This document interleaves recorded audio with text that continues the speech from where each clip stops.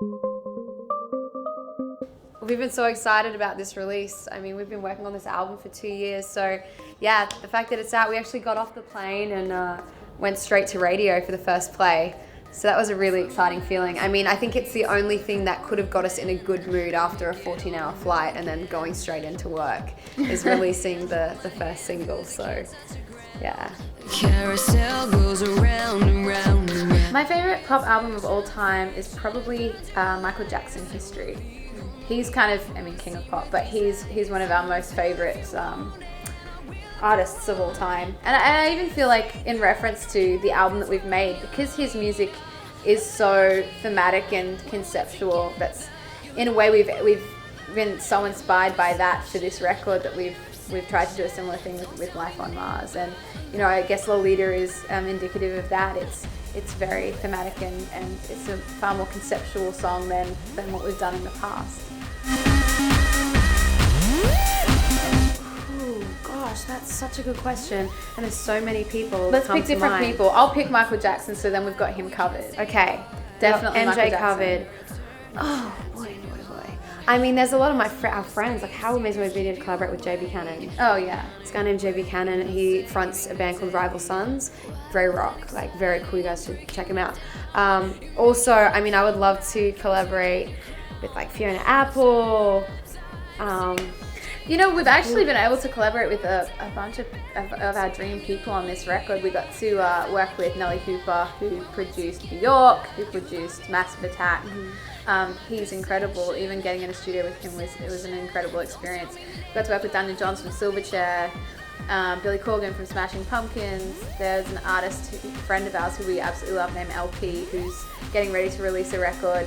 We actually wrote Lolita with her. You wrote Lolita with LP? Yeah, we wrote Lolita with LP. She's getting ready to release a record in the States. And also so, Butch Vig from Garbage. So, I mean, our dream list has been pretty ticked off, thankfully. I probably wish I'd written Nevermind, the entire Nevermind record by Nirvana. I mean, that'd be nice. Lately I've been listening to a lot of Tom Petty, so I'm just getting into him. And he's got this song called Lost Without You. And it's so simple, but it like hits here so hard. I wish that I'd written that song. I also but wish, but I don't think anyone could quite pull it off like Petty, obviously. I do wish that I had written this song called Johnny Get Angry. It's I forget who did the original version, but Katie Lang did a cover of it, and it was so brilliant. And I wish that I'd written that song. I feel like that's a song that maybe we could have written. We probably could cover it. Oh, one more song as well I thought of. There's a Melissa Etheridge song called Like the Way I Do that is just badass. Like she puts everything into it. We get really we love songs that are like people put their soul into it, really passionate.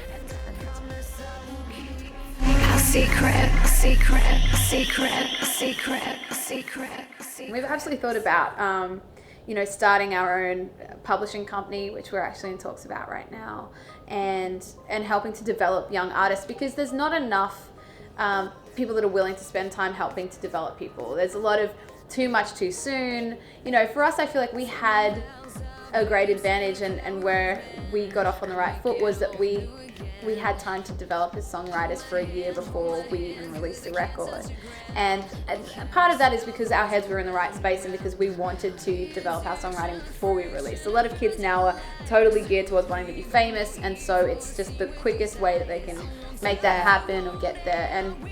And I feel like, obviously that's just the culture and that's the way it's been heading for the last few years, and that's why kids are like that. But I think that it's something that we would totally enjoy and we would love to do and explore. So I can see that happening in the future. Definitely. If success to you is, perfecting your craft and always continually challenging yourself and getting better and being better and that's it, like us, then that's great. If your focus is on being famous and wanting to get a video clip out, it's like... Well, there's ways to do that, but it's not... It's not... I mean, there's ways to do that. What we're interested in is our career. We're not interested in But I mean, the industry has changed so much. When you look at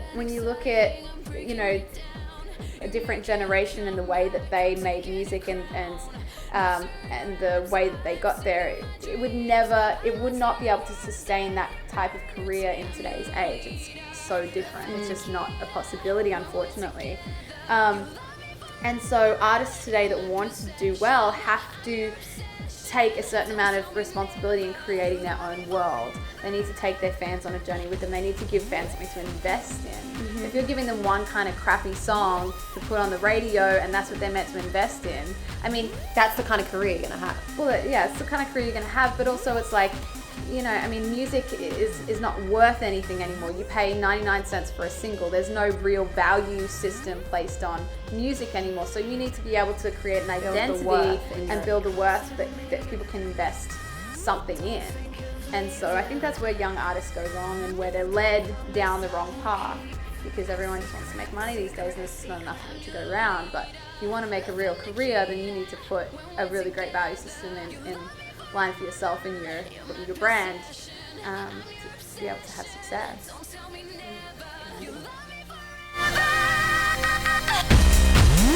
As far as a venue, I don't know, but as far as places go, I would love to go to Ireland.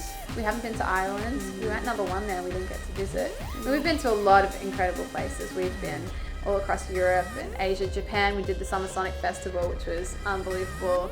But you know, I mean, we've played places like Utah in the States where we thought we were going to have one of the worst shows ever. It was a tin shed. You could only cram 200 kids in there, and it was one of the greatest gigs we've ever done. So I think it's more about, like the fans and that experience is what makes it great. I mean, we could go and stay Madison Square Garden in New York City like everyone else, but it's like at the end of the day, it's the fans and, you know, the energy and the spirit behind each show that makes it different and memorable. I mean, we've done really big shows that, you know, as far as a venue or, you know, ego goes, it's like awesome, but they're not always the most fun shows. In fact, they're probably the least fun shows. The really fun ones are the ones you're not expecting, or the intimate shows, Tin Shed Utah type shows. I mean, that was like mental. Yeah. Seen with these eyes. I won't tell if you want.